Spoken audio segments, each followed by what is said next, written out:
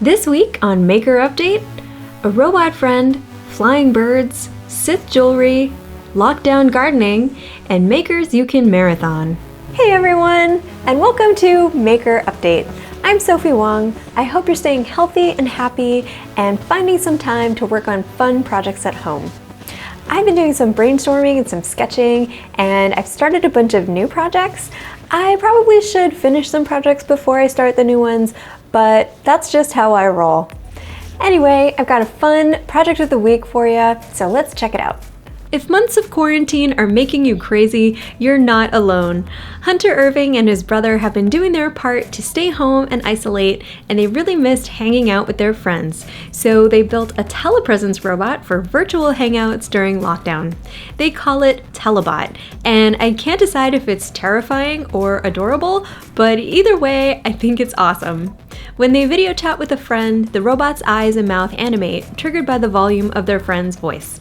It looks pretty responsive in the video, and I'm amazed at how convincing the combination of sound and motion are in animated face projects like this.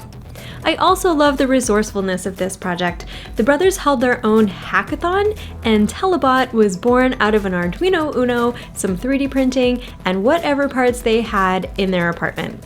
They even made a few interchangeable hats for that personal touch.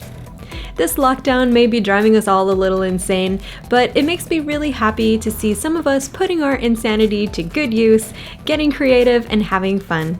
And this project and the video really cheered me up. Coby Unger made this mesmerizing wooden zoetrope out of walnut and maple using a lathe and a Shaper Origin handheld CNC router. Coby's friend Rob contributed the electronics portion of the project with a custom Zoetrope PCB for the lighting.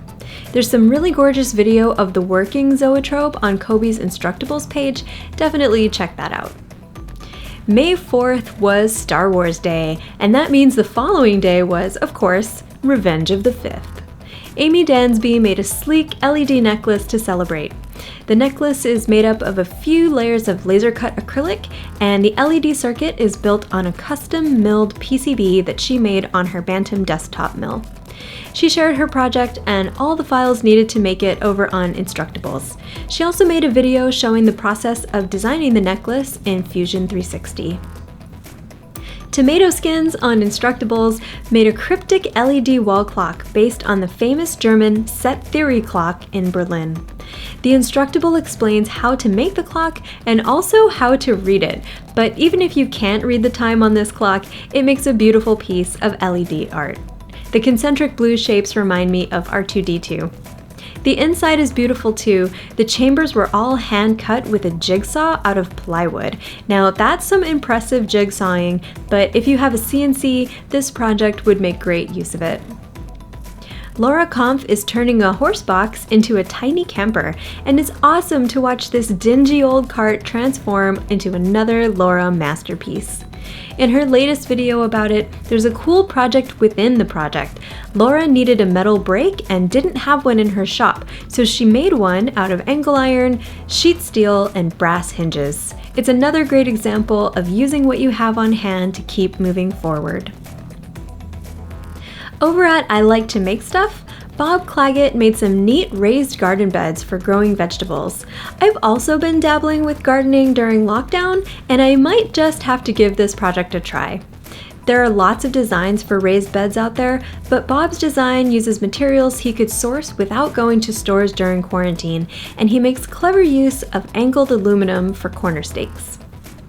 Heliox built an articulated 3D printed lamp that clamps to a table, swivels, and has a remote control. She used some really cool 3D printing design techniques, like embedding captive nuts in the print. I really like the way she designed the swivel mechanism, which is a teardrop-shaped joint that prints in place. The video is in French, but even if you don't speak French, it's still an inspiring and impressive project. I've got something a little different to share this week. With all the time we've been spending at home, I thought it would be nice to share some longer format projects, something you can put on YouTube and just let run while you're tinkering away in your workshop or at your kitchen table all weekend. So here are some binge-worthy maker series you can marathon during lockdown. Laura Kampf moved to a new shop last year, and she had 10 maker friends help her by building projects for the new space. Each maker made a video for their project, and the series is a great collection of projects by different people, all coming together and helping each other. Watch the whole playlist and maybe get some inspiration for your own space. Martin on the Wintergatan YouTube channel has been working on a massive musical instrument project called the Marble Machine X. If you somehow haven't heard of it yet, this project has been going since 2017, and it's been an incredibly inspiring and satisfying progression to watch. Martin often goes from 3D modeling to welding to playing a xylophone in the same video, and it's fun to go on the engineering journey with him.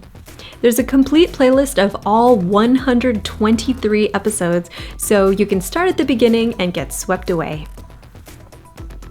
Adam Savage's one-day builds are a frequent source of great tips on Maker Update, and Tested keeps a running playlist on YouTube so you can easily marathon all the one-day build videos they've done so far.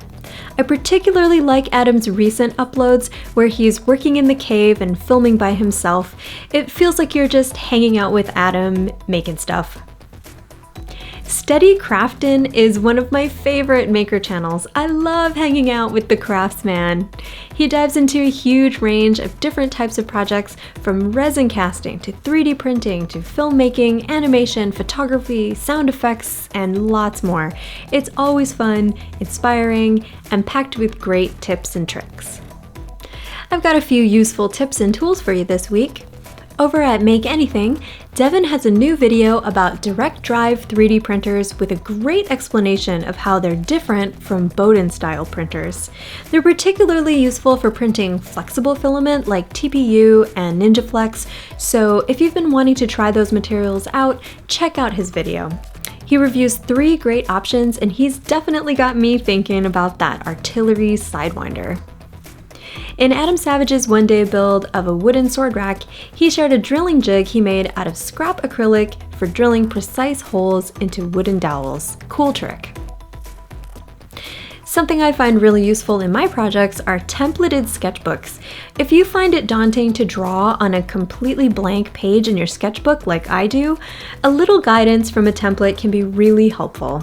I like these fashion sketchbooks with body templates, blank heads, hands, and feet. They make great starting points for my wearable projects. And that's your Maker Update for this week. Thanks for having me back, and thanks for joining me for this little inspiration break. I hope it gave you some ideas and some energy for working on your own projects. Until next time, have fun making stuff, and I'll see you again soon.